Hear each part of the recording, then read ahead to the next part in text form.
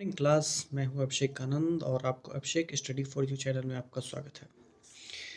आज हम बात करेंगे आधुनिक भारत इतिहास के एक चैप्टर है भारतीय राष्ट्रीय कांग्रेस।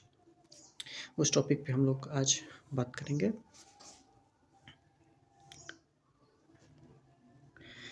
आपको ये डेली वीडियो मिलेगा और आज मॉडर्न हिस्ट्री की एक पार्ट प्रारंभ की गई है। चलिए प्रारंभ करते हैं कि पहला क्वेश्चन से, भारतीय राष्ट्रीय कांग्रेस के प्रथम अधिवेशन में कितने प्रतिनिधियों ने भाग लिया? पहला क्वेश्चन है और इसका सही जवाब जो है वो 72 72 लोगों ने भाग लिया।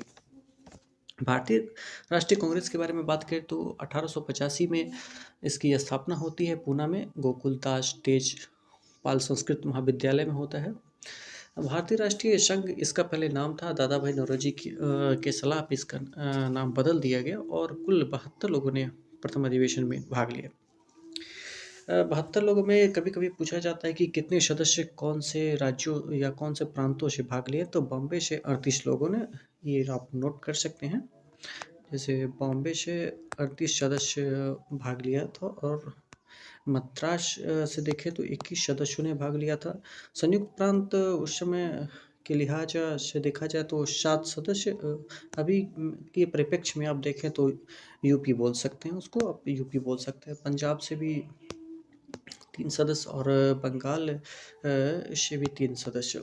एक बहुत बड़ा एक प्रश्न यह भी उठता है कि बंगाल जो क्रांतिकारियों का गढ़ होने के कारण वहाँ से 3 सदस्य होना ये लाज़मी नहीं बनता है। तो उसका मुख्य उद्देश्य यही था, या कारण भी बोल सकते हैं कि उस समय ना सुरेंद्र नाथ बनर्जी की अध्यक्षता में इंडियन नेशनल एसोसिएशन का बैठक कलकत्ता में चल रहा था, जिसकी वजह से यहाँ पे बॉम्बे में जो अधिवेशन चल रहा था कांग्रेस का प्रथम अधिवेशन, उसमें ये लोग उपस्थित नहीं हो पाए थे।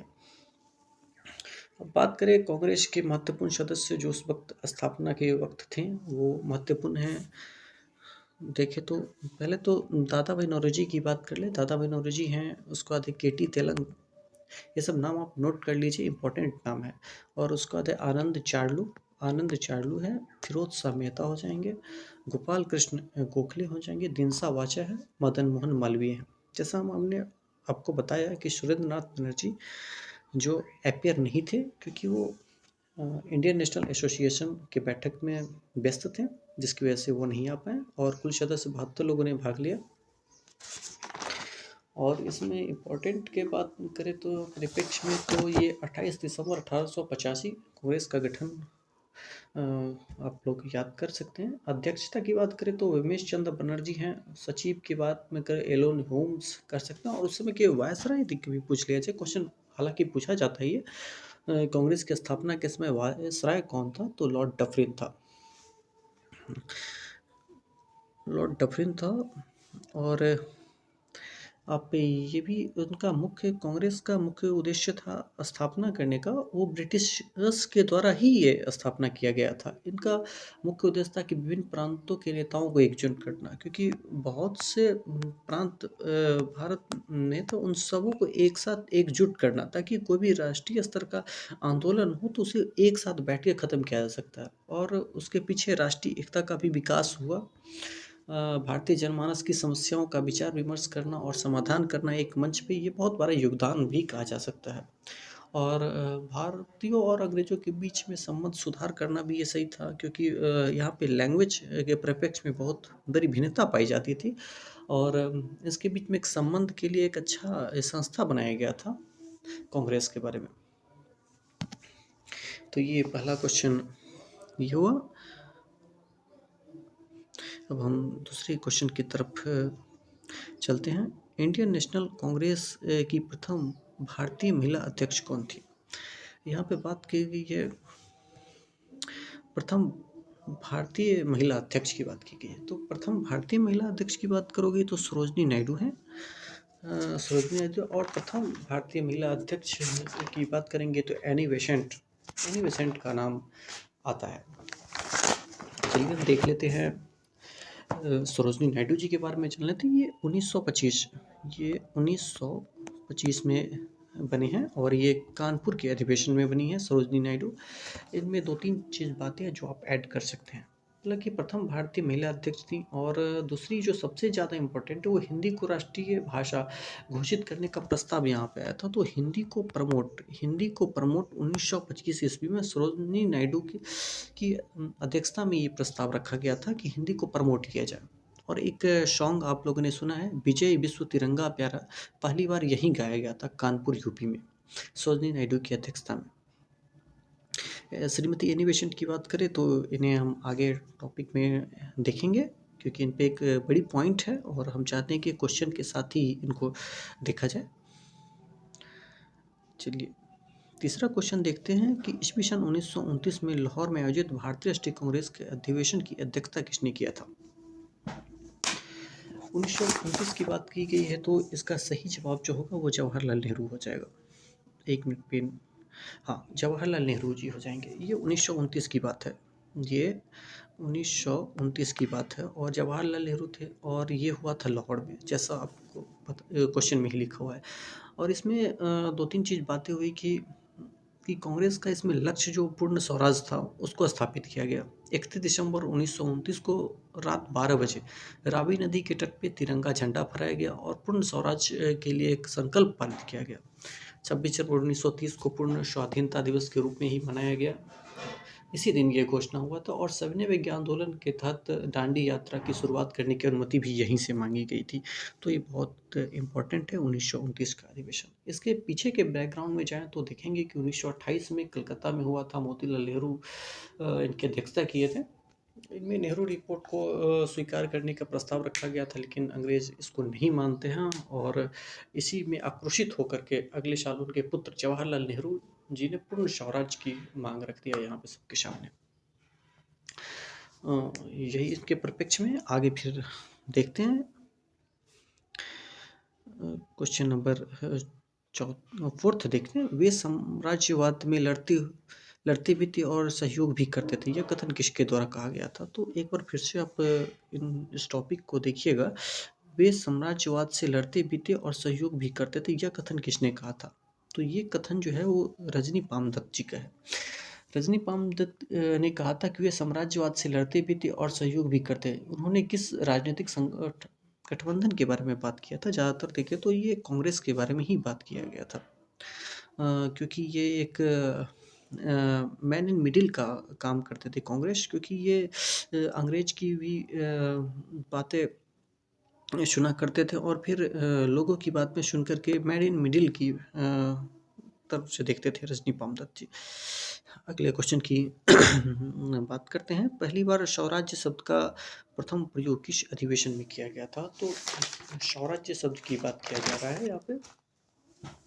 तो पहले तो ये 1906 में होता है, इसका आंसर जो है वो 1906 में होता है और ये हुआ था कोलकाता अधिवेशन। और ये दादा भाई नौरोजी की अध्यक्षता में हुआ था और पहली बार स्वराज शब्द का प्रयोग किया गया था। और ये एक चीज़ है कि दादा भाई नौरोजी ने 3 बार कांग्रेस की अधिवेशन की अध्यक्षता किया है। यह दादा भाई नौरोजी की अध्यक्षता वाली आखिरी अधिवेशन कहा जा सकता है, क्योंकि ये लास्ट अधिवेशन था इनका। उसके बाद देखें तो मोहम्मद अली जिन्ना इस अधिवेशन में दादा भाई नौरोजी के सचिव के रूप में शामिल हुए थे। तो जिन्ना की एंट्री यहाँ पे देखने को मिलती है 1906 में। जिन्ना की एंट्री 1906 में मिलती है, दादा भाई नौरोजी के सचिव के रूप में इन्हें एंट्री मिलती है। और इनके परिप्रेक्ष्य में फिर हम आगे बात करते हैं। और अगले क्वेश्चन की तरफ, कोलकाता, मुंबई, मद्रास में उच्च न्यायालय की स्थापना की गई थी। बहुत ही महत्वपूर्ण क्वेश्चन है, इसे आप ध्यान से देखिएगा। कलकत्ता, बॉम्बे और मद्रास उच्च न्यायालय जो एक्ट बना था वो 1861 में एक्ट बना था और कैनिंग के टाइम में ये पास हुआ था। लेकिन लागू की बात करें तो लागू 1862 में हुआ था, थोड़ा एक साल टाइम लगा लागू करने में। स्थापना बोल सकते, उस वक्त गवर्नर जनरल बदल गए थे और उस वक्त एल्गिन आए गए थे। वो आए थे, वो एल्गिन आ गए थे। और एक चीज़ और है कि यूनिवर्सिटी एक्ट भी आता है इसी टाइम में, 1857। यूनिवर्सिटी एक्ट जो आता है वो 1857 में आता है और उस वक्त कौन थे? तो लॉर्ड कैनिंग थे। और यूनिवर्सिटी एक्ट में देखें तो कलकत्ता, बॉम्बे, मद्रास में यूनिवर्सिटी खोली गई थी और ये कैनिंग के ही टाइम में हुआ था। एक चीज़ और जान लीजिए यहाँ पे 1861 और 1862 की बात हो गई और 1935 के बारे में हम आगे बात करते हैं। अगला क्वेश्चन है, निम्नलिखित में से कौन एक उदारवादी नहीं था? तो एक छोटा सा कॉन्सेप्ट है जो आपको हमेशा याद रह जाएगा। तो पहले उदारवादी का मतलब देखें तो नरम दल या मॉडरेट भी बोल सकते हैं। नरम दल है, नरम दल है इसमें नरम दल की बात करें तो यहाँ पे नहीं है, तो इसमें फिरोज शाह विपिन चंद्र पॉल जो नरम दल के नेता नहीं है, और ये फिरोज शाह मेहता, सुरेंद्रनाथ बनर्जी और गोपाल कृष्ण गोखले, ये तीनों आदमी नरमपंथी नेता हैं। एक याद कर लीजिएगा, लाल, बाल और पाल, ये तीन व्यक्ति का जोड़ा, ये त्रिमूर्ति बोल सकते हैं इनको आप। ये तीनों आदमी गरम दल के नेता थे। ये अहिंसक रूप से काम करते थे, जहाँ पे जैसा ज़रूरत हो उस हिसाब से काम करते थे। गरमपंथी नेता इन्हें माना जाता है। इन्हें चलिए आगे वाले क्वेश्चन, आगे हम देखते हैं इस क्वेश्चन को। फिर उसके बाद है, स्वतंत्र पार्टी की स्थापना या संस्थापक कौन है थे? स्वतंत्र पार्टी की बात करें तो सी राजगोपालाचारी,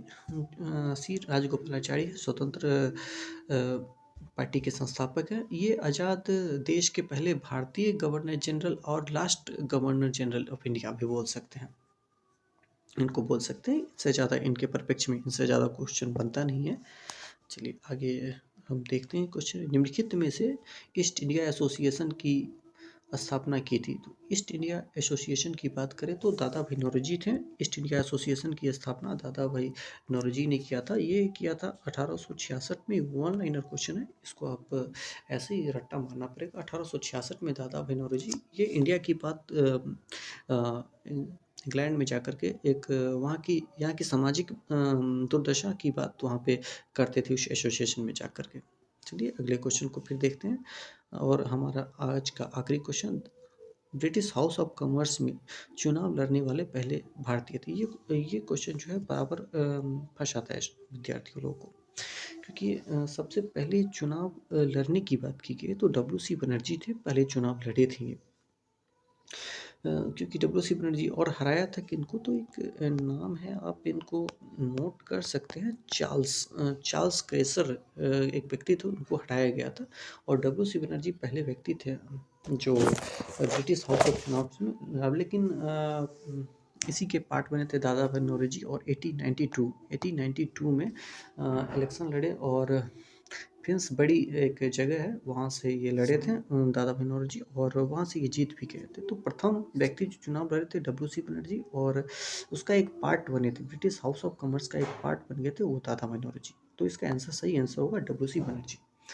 और आज का परिप्रेक्ष्य में इतना ही। अगले वीडियो में हम लोग ज़्यादा क्वेश्चन लेकर के आएंगे, इससे ज़्यादा डिस्क्रिप्शन और डिस्कशन दोनों एक साथ देखने को मिलेगा आपको।